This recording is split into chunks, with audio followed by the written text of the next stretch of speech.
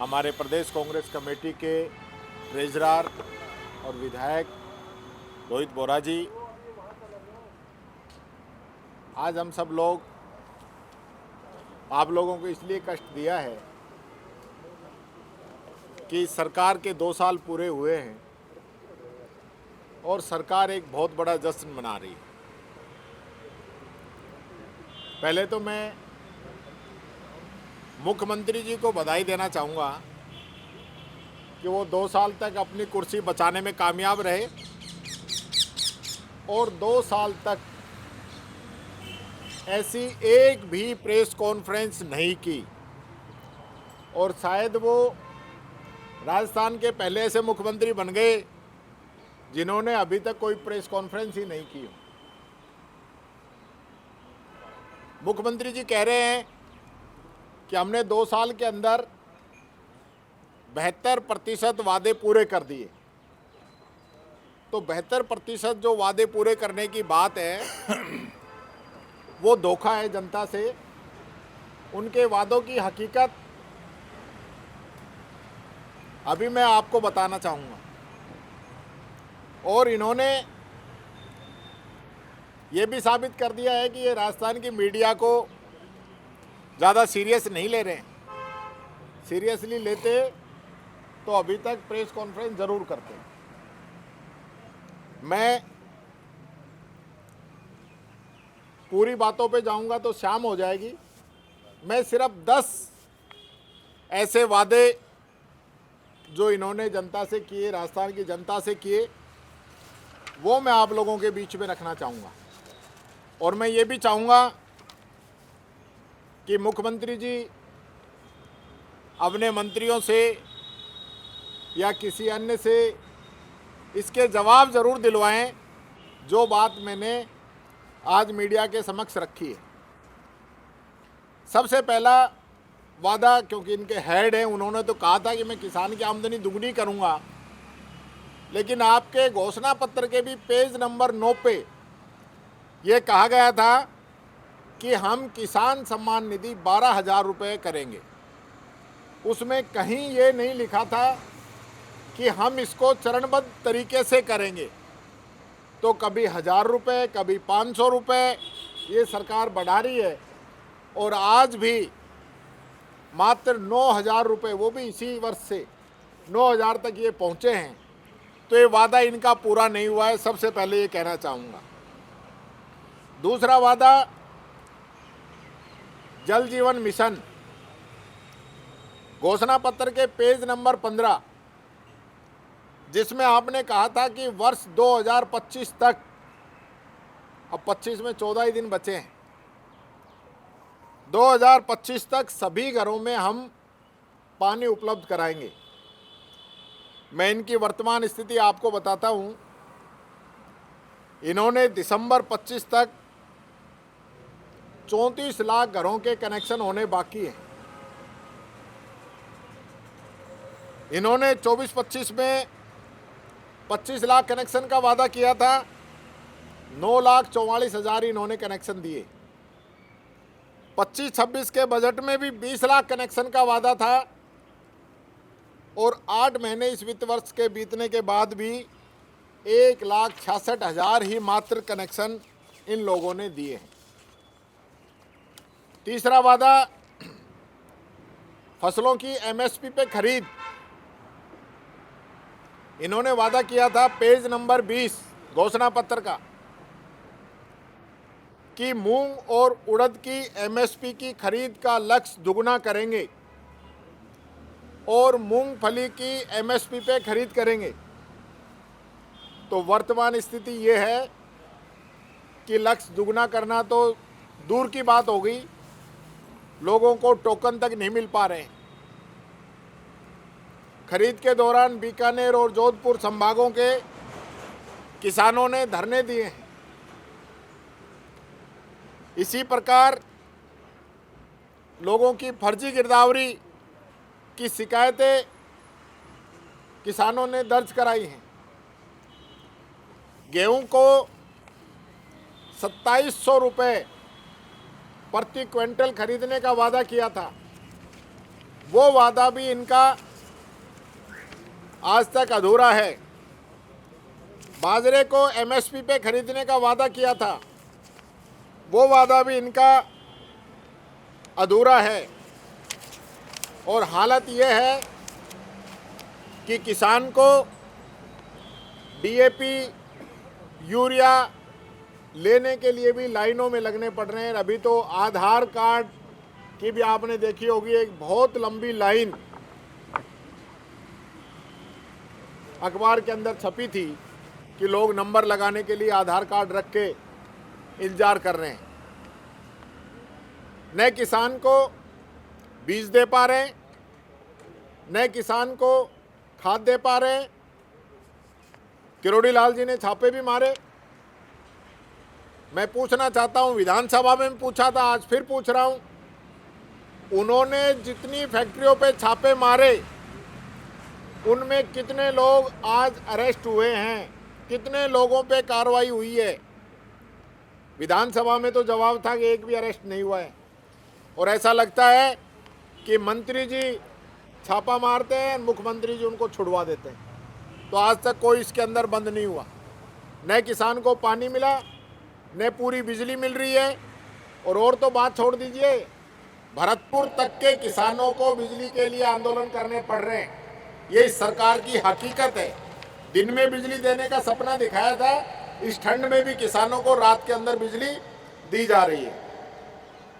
चौथा, page number 12, पारदर्शी स्थानांतरण नीति लागू करेंगे और सुनिश्चित करेंगे कि कोई भेदभाव नहीं हो।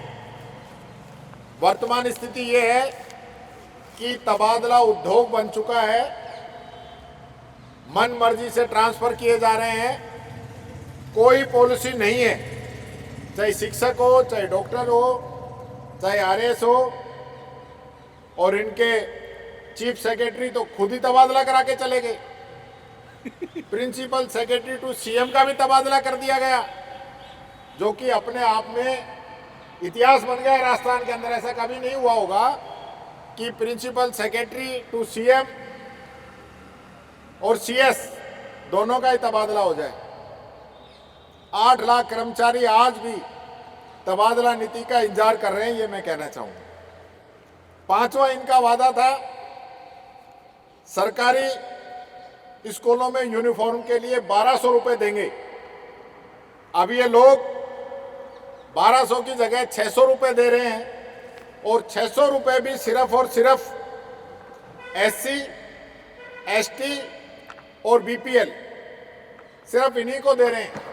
इसके अंदर भी ओबीसी को, जनरल कास्ट को और ईडब्ल्यूएस को, इनके बच्चों को इस योजना से बाहर कर दिया गया। ये बात मैं कहना चाहूंगा।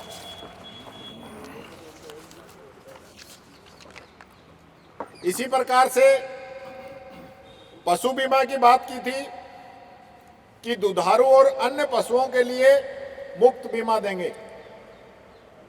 हमारी सरकार में 80 लाख पशु जो है पंजीकृत थे, और इस सरकार के अंदर मात्र 20 लाख पशुओं का बीमा हुआ है। ये हकीकत है इनके वादे की। इसी प्रकार से 7वां वादा था इनका कि शिक्षा विभाग में 1 साल के अंदर, पहले वर्ष के अंदर सभी रिक्त पद भर दिए जाएंगे। तो अभी तक तो कोई भरे नहीं है, छोटी मोटी कोई भर्ती हुई है। 1.25 लाख से अधिक पद आज भी शिक्षा विभाग के अंदर खाली है।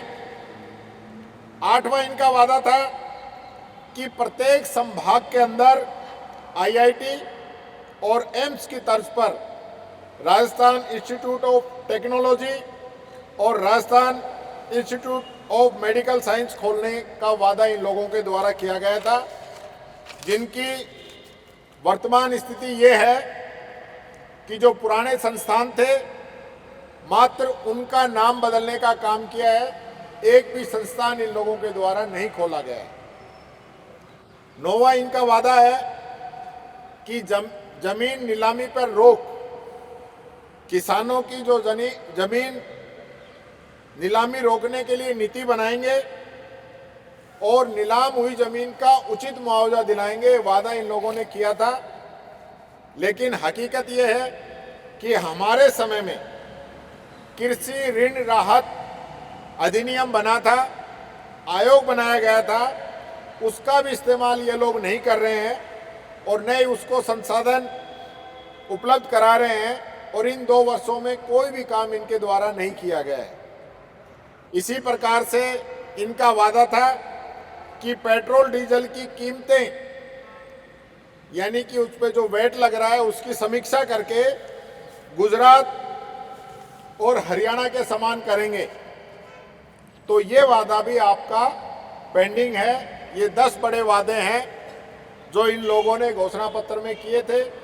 वादे तो दुनिया भर के हैं, वो भी मैं अभी बताऊंगा, लेकिन ये 10 ऐसे वादे हैं जिनका जवाब मैं चाहता हूं ये सरकार दे। इसी प्रकार से मैं राजस्थान पे जो कर्ज हुआ है उसके बारे में बताना चाहूँगा कि 2 साल में जो कर्ज बढ़ा है वो 1.55 लाख करोड़ की बढ़ोतरी इस कर्जे में हुई है, और 25-26 तक ये कर्ज जो है बढ़कर 7.26 लाख करोड़ हो जाएगा। आज की तारीख में हर एक राजस्थानी पर 1 लाख का कर्जा हो गया है ये सरकार आने के बाद में। इसी प्रकार से अक्टूबर से दिसंबर 2025 की जो तिमाही है, इसके लिए राजस्थान सरकार लगभग 14,455 करोड़ रुपए बाजार से उठाना चाहती है। और इससे पहले भी अक्टूबर 25 में भी सरकार ने इसी प्रकार बॉन्ड नीलामी के जरिए 5,000 करोड़ रुपए का कर्जा उठाया था। उस समय ब्याज दरें 7.23% से 7.57% के बीच में रही थी। इसी प्रकार से बजट घोषणाएं जो 2 बजट के अंदर इन लोगों ने की हैं, उन पे मैं छोटा सा आपको बताना चाहूँगा। 2 बजट में 2717 इन्होंने बजट घोषणाएं की हैं। उसमें से जो पूरी हुई हैं वो मात्र 754 हैं, जो कि 27.75% है। जो घोषणा शुरू हुई, लेकिन वर्तमान स्थिति क्या है इसका सरकार को भी नहीं पता। ऐसी 1256 है, यानी कि 46.23%, और जो पेंडिंग घोषणाएं हैं वो 707 हैं, यानी 26.02%, जिन पे अभी कुछ नहीं हुआ है। जैसी थी वैसी की वैसी पड़ी है। ये जो बड़ी बड़ी बातें कर रहे हैं इनको कहना चाहूँगा। इसी प्रकार से कानून व्यवस्था की हम बात करें तो कानून व्यवस्था पे रामकेश जी आपसे अपनी बात रखेंगे। एजुकेशन की मैं बात करना चाहूँगा कि 23-24 में राजस्थान के अंदर 1.67 करोड़ छात्र थे, जो 24-25 में घटकर 1.62 करोड़ रह गए, यानी 5 लाख से ज़्यादा छात्रों में कमी आई है। 14,000 जो है कॉलेज के जो विद्यार्थी हैं उनके अंदर कमी आई है, ये बात मैं कहना चाहूँगा। 4 लाख नौकरी देने का वादा किया था, 95,000 नौकरी दी गई है। वो भी हमारे समय की जो ज़्यादातर नौकरी थी प्रोसेस में थी वो दी है। अभी प्रक्रियाधीन 1,53,000 ये बता रहे हैं। उसमें भी अधिकतम जो है 4th क्लास या सफाई कर्मचारियों की है। मैं इनसे पूछना चाहता हूं, 2 साल में इनकी सरकार बनने के बाद में कितने विज्ञापन आपने जारी किए और कितने नियुक्ति पत्र उनमें से आपने दिए, उनकी सूची भी जरा बता दे जनता को, तो पता चल जाए कि आपने कितनी नियुक्तियां दी हैं। ये मेरा इनसे पूछना है। निवेश पे मैं पूछना चाहूंगा, ये एमओयू हुए हैं 35 लाख करोड़ के, उनमें से ये कह रहे हैं कि हमने जमीन पे 8 लाख करोड़ के एमओयू उतार दिए हैं।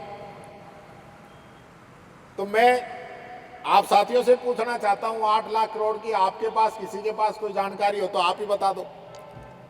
सरकार तो न तो हमारे क्वेश्चन का जवाब दे रही है, हमने जितने भी क्वेश्चन लगाए हैं एमओयू को लेकर एक का भी जवाब नहीं दिया जा रहा है, जो कि मैं समझता हूं लोकतंत्र के अंदर हमारे अधिकारों पे ये लोग अतिक्रमण कर रहे हैं। हमें जवाब मिलना चाहिए।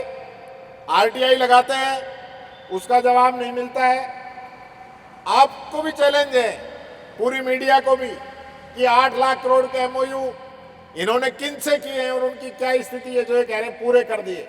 तो जरा आप भी बता दो, ये बात मैं कहना चाहूंगा।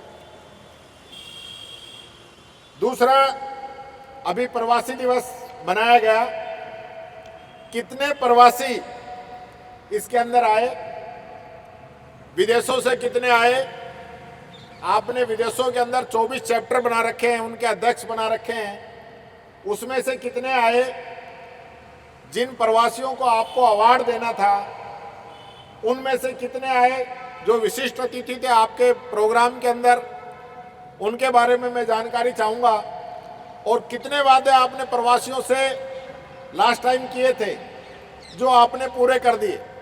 मुझे तो बड़ी दिक्कत हुई जब यूएसए के अंदर मेरे से एक व्यक्ति ने कहा कि साहब, आपके मुख्यमंत्री ने हमसे एक वादा किया था कि आपका ये प्रवासियों के लिए कोई काम था कि 15 दिन में हो जाएगा। अभी 1.5 महीना हो चुका है, अभी तक तो ये काम हुआ नहीं।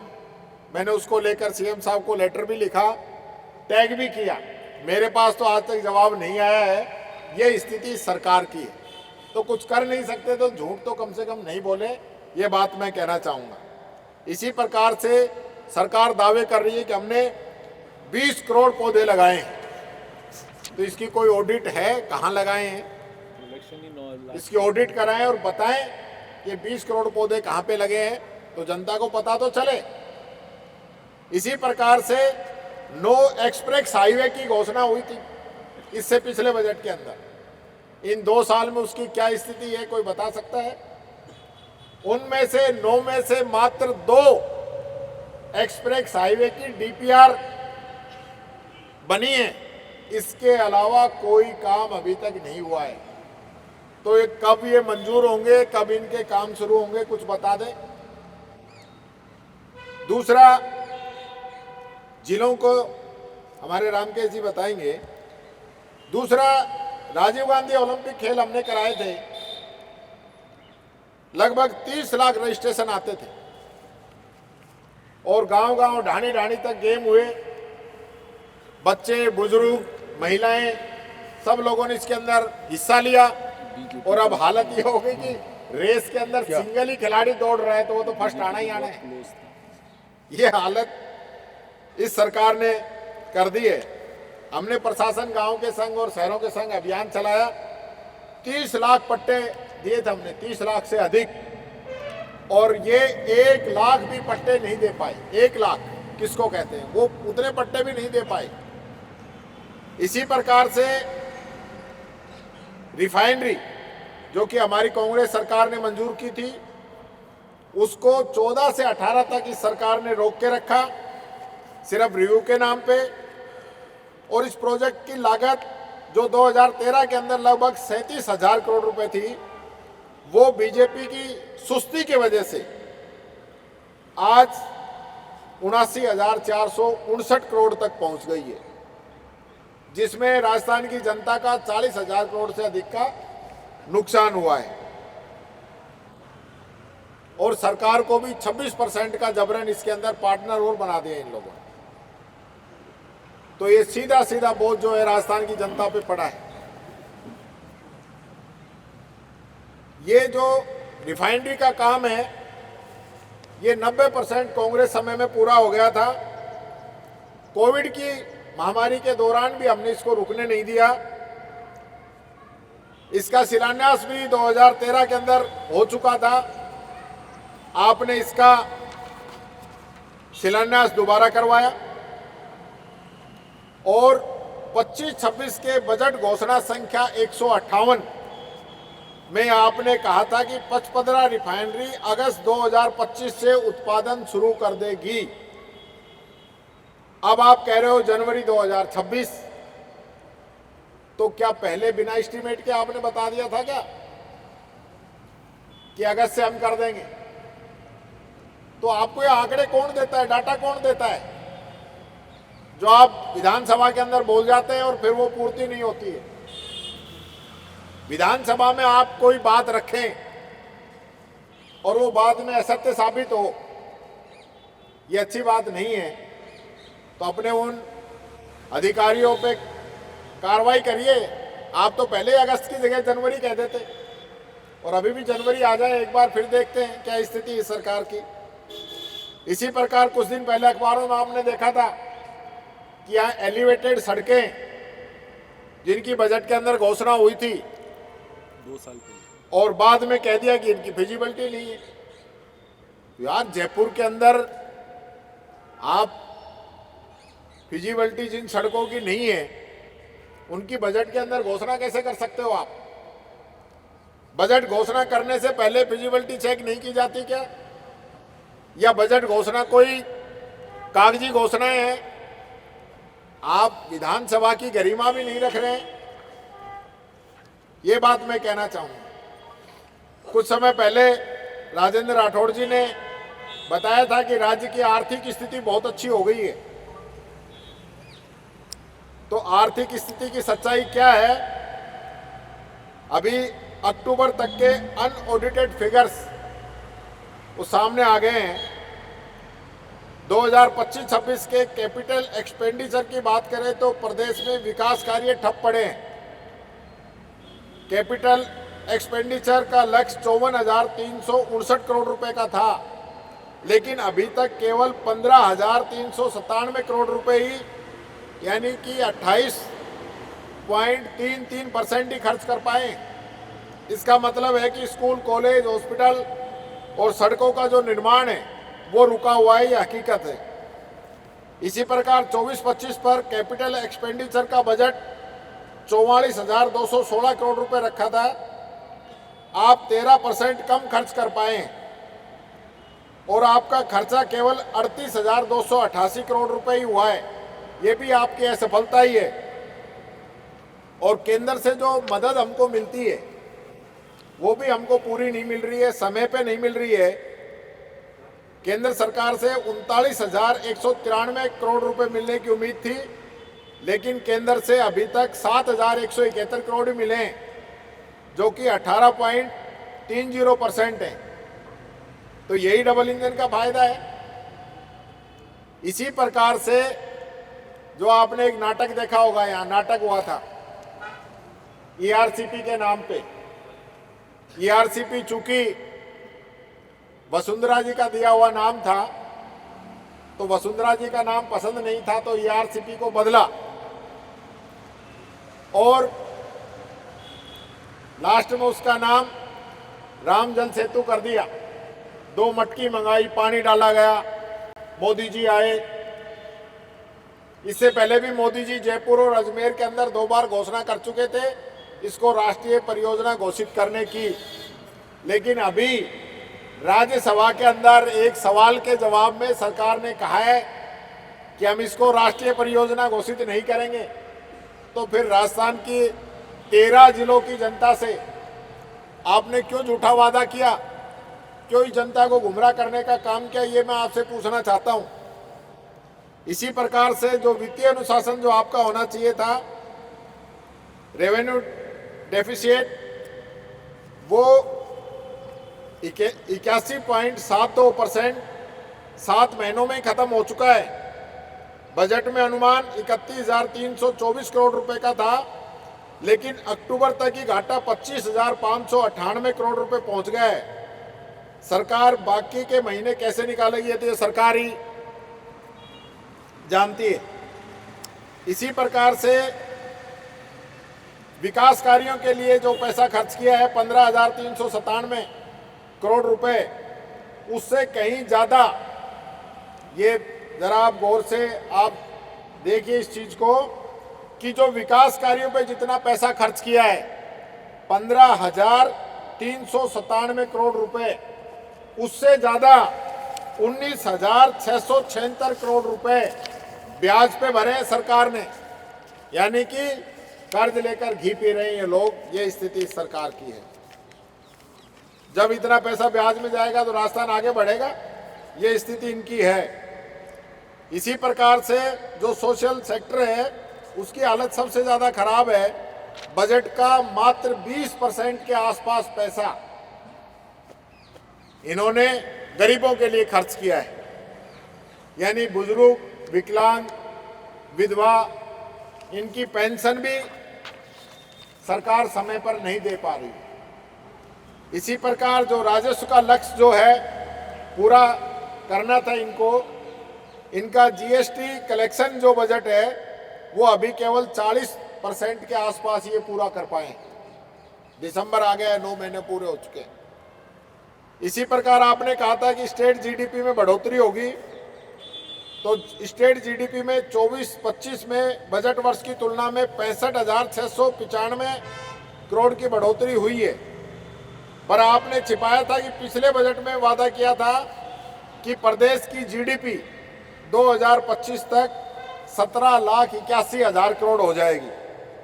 तो ये बात जनता के सामने आ चुकी है, परंतु अभी 17,04,000 करोड़ ही पहुंची है। 77,000 करोड़ रुपए अभी भी आप पीछे चल रहे हैं। ये बात मैं कहना चाहूँगा। एक बहुत इंपॉर्टेंट इशू है, उसकी ओर भी मैं आपका ध्यान आकर्षित करना चाहूँगा, वो है अरावली के संबंध में। ये हम सब लोगों को बहुत गंभीरता से लेना पड़ेगा कि केंद्र सरकार की ये सिफारिश हुई है कि अरावली की परिभाषा बदल दी जाए कि जो 100 मीटर से ऊंची पहाड़ियां हैं वो अरावली में रहेंगी, उससे नीचे वाली अरावली में नहीं रहेंगी। केंद्र सरकार की सिफारिश पे सुप्रीम कोर्ट ने इसे मंजूरी दे दी। यह एक सीधा सीधा विनाश का परमिट है। फॉरेस्ट सर्वे ऑफ इंडिया के आंकड़ों के अनुसार राजस्थान में अरावली की 90% पहाड़ियां 100 मीटर से कम ऊंचाई की है। और अब जो नियम बना है इस हिसाब से ये पहाड़ियां अब अरावली के अंदर नहीं आएंगी, और अरावली के अंदर नहीं आएंगी तो अब आप इनमें खनन की अनुमति देंगे, यानी कि पूरे जो हमारे पर्यावरण है उसको आप बिगाड़ने का काम करेंगे। आज भी जो हालत है देश की, दिल्ली की, एनसीआर की, मैं खुद अलवर से आता हूं, हमारा भिवाड़ी जो है विश्व के टॉप जो पोल्यूटेड सिटीज हैं उनके अंदर शामिल हो गए हैं। दिल्ली के हालात क्या हैं सब लोग जानते हैं, लेकिन इसके बावजूद दिल्ली के चारों तरफ जो अरावली है, राजस्थान के अंदर जो अरावली है, उसको ये लोग खत्म करना चाहते हैं। ये जो विशेषज्ञ हैं वो बताते हैं कि अरावली की जो 10 से 30 मीटर की छोटी पहाड़ियां हैं ये रेगिस्तान को रोकने का काम करती हैं, नहीं तो रेगिस्तान यहां तक बढ़ के आ जाएगा। ये केवल छोटी पहाड़ियां ही नहीं है, ये नेचुरल जल भंडार भी है। पानी इनके अंदर जाता है, वो रिश्ता हुआ नीचे भंडार होता है उसका, और धीरे धीरे धीरे वाटर लेवल इससे ऊंचा आता है। तो जो पानी सोखने की संरचना है वो भी इसके अंदर खत्म हो जाएगी। और ये एक चोर दरवाजा जो है अपने खनन मित्रों को फायदा देने के लिए ये सरकार चला रही है। पूरी कांग्रेस पार्टी और मैं इस निर्णय का विरोध करते हैं। राजस्थान की जनता भी इसका विरोध करती है, क्योंकि यहाँ 80-90% अरावली राजस्थान के अंदर आती है, और इसके खिलाफ जो भी हमको कानूनी रास्ते अपनाने पड़ेंगे वो भी हम अपनाएंगे, ये बात मैं कहना चाहता हूं। दूसरा, आज दिल्ली के अंदर कोर्ट का जो फैसला आया है उसका हम स्वागत करते हैं। सत्य की जीत हुई है, दूध का दूध और पानी का पानी हुआ है। ये सरकार सोनिया गांधी जी को, राहुल गांधी जी को बदनाम करने के लिए ईडी का दुरुपयोग कर रही थी। आज कोर्ट ने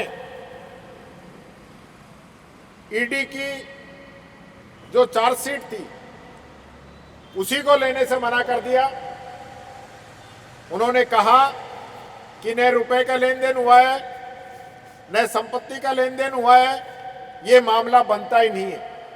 तो आप समझ सकते हैं ये एक और तथ्य देश के सामने आ गया कि ये सरकार विपक्षी दलों को ईडी, इनकम टैक्स और सीबीआई इनके सारे डराने धमकाने का काम करती है। इस फैसले का हम स्वागत करते हैं। सत्यमेव जयते। अब मैं चाहूंगा 2 मिनट रामकेश जी, 2 मिनट बोरा जी भी और 2 मिनट रफीक जी, फिर अपन क्वेश्चनों मैं केवल